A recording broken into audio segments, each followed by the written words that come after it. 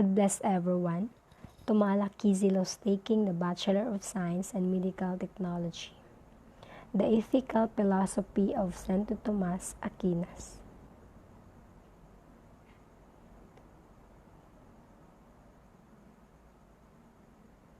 Saint Tomas Aquinas was a Catholic priest in the Dominican order and one of the most important medieval philosophers and theologians.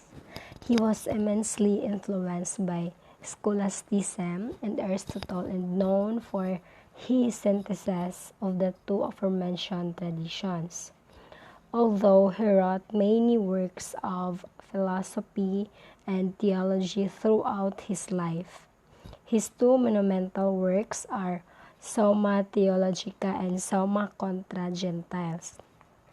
But the most influential work is the Summa Theologica that extensively discusses man, which consists of three parts: the God, ethics, and Christ.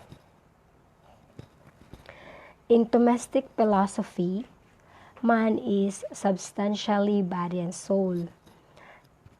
Second, the soul is united with the human body because it is the substantial form of human body. The third, it is the principle of action in the human body and the principle of life and the body. But the soul, however, requires the body as the material medium for its operation, particularly perception. Soul has operative functions which do not need a material medium. They are man's intellect and will.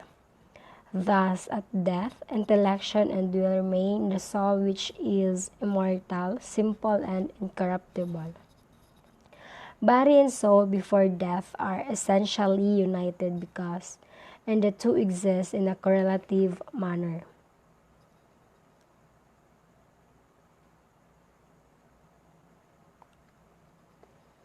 According to Santo Tomas Aquinas, all acts of virtue are prescribed by the natural law, since each one's reason naturally dictates to him act virtuously.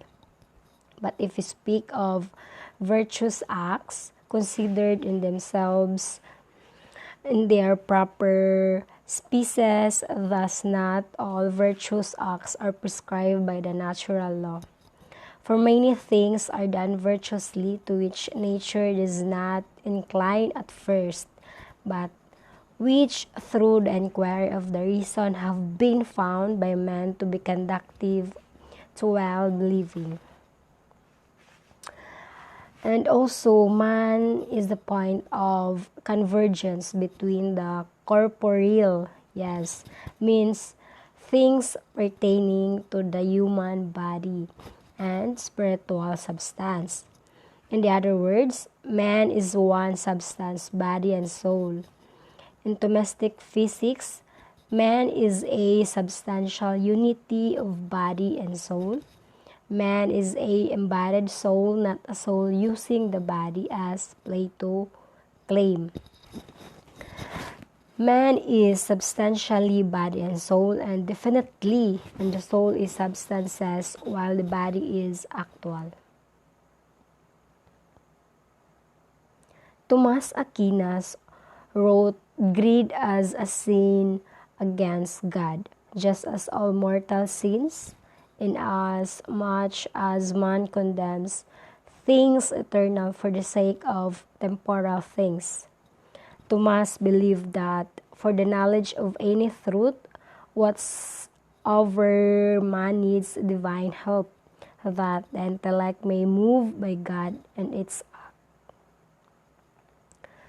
For St. Thomas Aquinas, the goal of human existence is union and eternal fellowship with God. For those who have experienced salvation and redemption through Christ while living on earth, a beatific vision will be granted after death, which is a person experience perfect, unending happiness through comprehending the very essence of God. During life, an individual must be ordered toward right things, such as a charity, peace, and holiness, which requires morality and every human choices, a kind of virtue ethics. Aquinas was the first to identify the principle of double effect and ethical decisions when an otherwise legitimate act of self-defense may also cause an effect. One would normally be obliged to avoid the death of another. So there are 5 positive statements about the divine qualities or the nature of the God. God is simple. God without composition of parts such as body and soul or matter and form. God is perfect, lacking nothing. God is infinite and not limited in the ways that created beings are physically, intellectually, and emotionally limited. God is immutable and capable of change in respect of essence and character. God is one, such that God's essence is the same as God's existence. Thomas Aquinas distinguished the 4 kinds of law. We have the eternal law, natural law, human law, and divine law. When we say eternal law, it is the decree of God that governs all creation. It is that law which is the supreme reason cannot be understood to be otherwise than unchangeable and eternal. So, natural law is the human participation, and the eternal law is discovered by reason. Natural law is based on first principles. This is the first precept of the law, that good is to be done and promoted, and evil is to be avoided. All other precepts of the natural law are based on this. Human law. The natural law applied by governments to societies. Divine law, the special revealed law in the scriptures. So 5 rationale that can prove for the existence of God. 5 ways. The argument of the unmoved mover. Second, the argument of the first cause. Third, the argument from contingency. Fourth, the argument from degree. Fifth, we have the teleological argument or argument from design.